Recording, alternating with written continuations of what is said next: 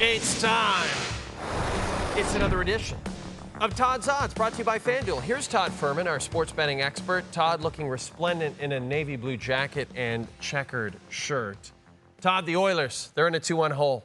They are underdogs to win the series at this point. Is there anything that might convince you, based on what you've seen, to hop on the underdog Oilers?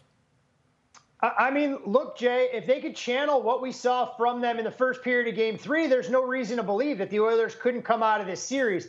But I think the longer it goes, you start to see what makes the Stars such a difficult out. Their overall depth from top to bottom. We saw the offensive contributions from that first line with the return of Rope Hintz. And maybe most importantly, the biggest question mark we had coming into the postseason for the Oilers was how they were going to rectify the situation in net. And Jake Ottinger's game has been on the rise. He's made the saves in crunch time that you'd like to see, and I'm pretty sure Stuart Skinner would like to have that fourth goal back. So the Stars were my pick to come out of the West before the postseason started. I won't waver from that, but Edmonton, still plenty of firepower, especially with the return of Adam Henrique on that third line. I think the Oilers are in for a long best-of-7 fight here. And you mentioned our guy, Jake Ottinger. Jake Ottinger, one of the co-favorites to win the Conn Smythe at this point, along with Igor Shesterkin. Look at Sasha Barkov right there at 9-1 odds, right after Miro Heiskanen. And then you've got Connor McDavid. Those are the only ones under plus 1,000. Anyone you like for the Conn Smythe Trophy at this point, Todd?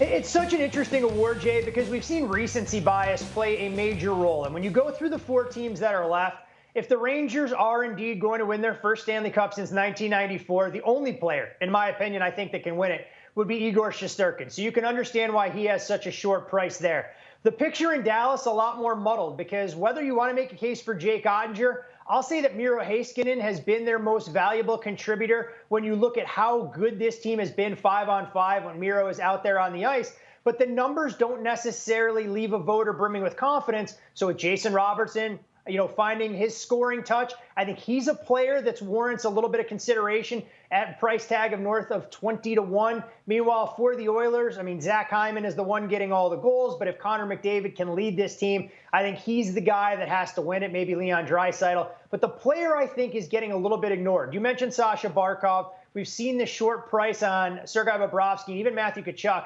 But Carter Verhaeghe seems to be taking on the Jonathan Marchessault look and feel. He's getting those timely goals. And while the production may be relatively quiet, I think a lot of people would be blown away when they look from the top to bottom on that Panther stat sheet to see how many goals and assists Carter Verhaeghe has to his credit. So he'd be a guy at a price tag north of 30-1 that I think is worth adding to the portfolio. Todd, we've got the Canadian Open in the PGA this weekend. Rory McIlroy back in 2019 absolutely destroyed this course in Hamilton en route to a win. He's dominated this course. He's got 2 wins already this year. Do you like Rory to get a 3rd PGA win this weekend? I mean, looking at the price, Jay, it's tough to try and back Rory at less than 4-1. His current form, along with Scottie Scheffler, clearly illustrates why he is getting so much respect from odds makers. And in a field where Scottie Scheffler won't be playing, I mean, books are doing everything they can to eliminate some of the liability going to Rory. But for me, I'd go further down the odds board and look at a player like Tom Kim, right around 40-1. I know top 10s have been elusive for him, but I like what I saw from him through the first 54 holes last weekend at Charles Schwab. He kind of faltered on Sunday, but that's a player at 40-1 that I think has a chance to be in the thick of things. And let's hope we can get across the finish line when we were oh so close to the PGA with Victor Hovland just coming up a few strokes short. How about a top Canadian, Todd? We've got Corey Connors leading the way, and then we've got Nick Taylor, who broke that long streak of Canadians not winning the Canadian Open last year.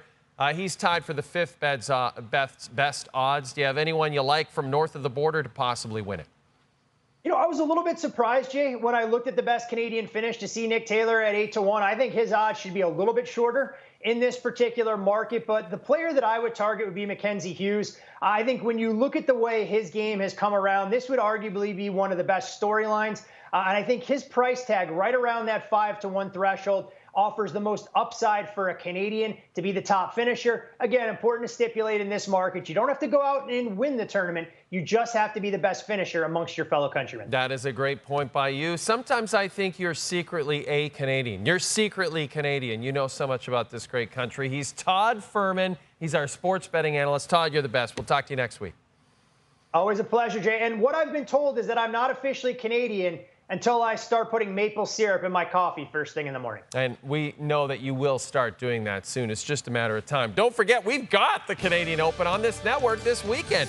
Todd can watch on one of his illegal satellite dishes in Vegas. Rory McIlroy's won 2 of the last 3 Opens, as we mentioned. He can become just the 5th golfer in history to win this event 3 or more times. First round coverage beginning Thursday at 6:45 a.m. Eastern Time. And when we return, it's the On Rights and Wrongs, Canada's most popular sports television segment.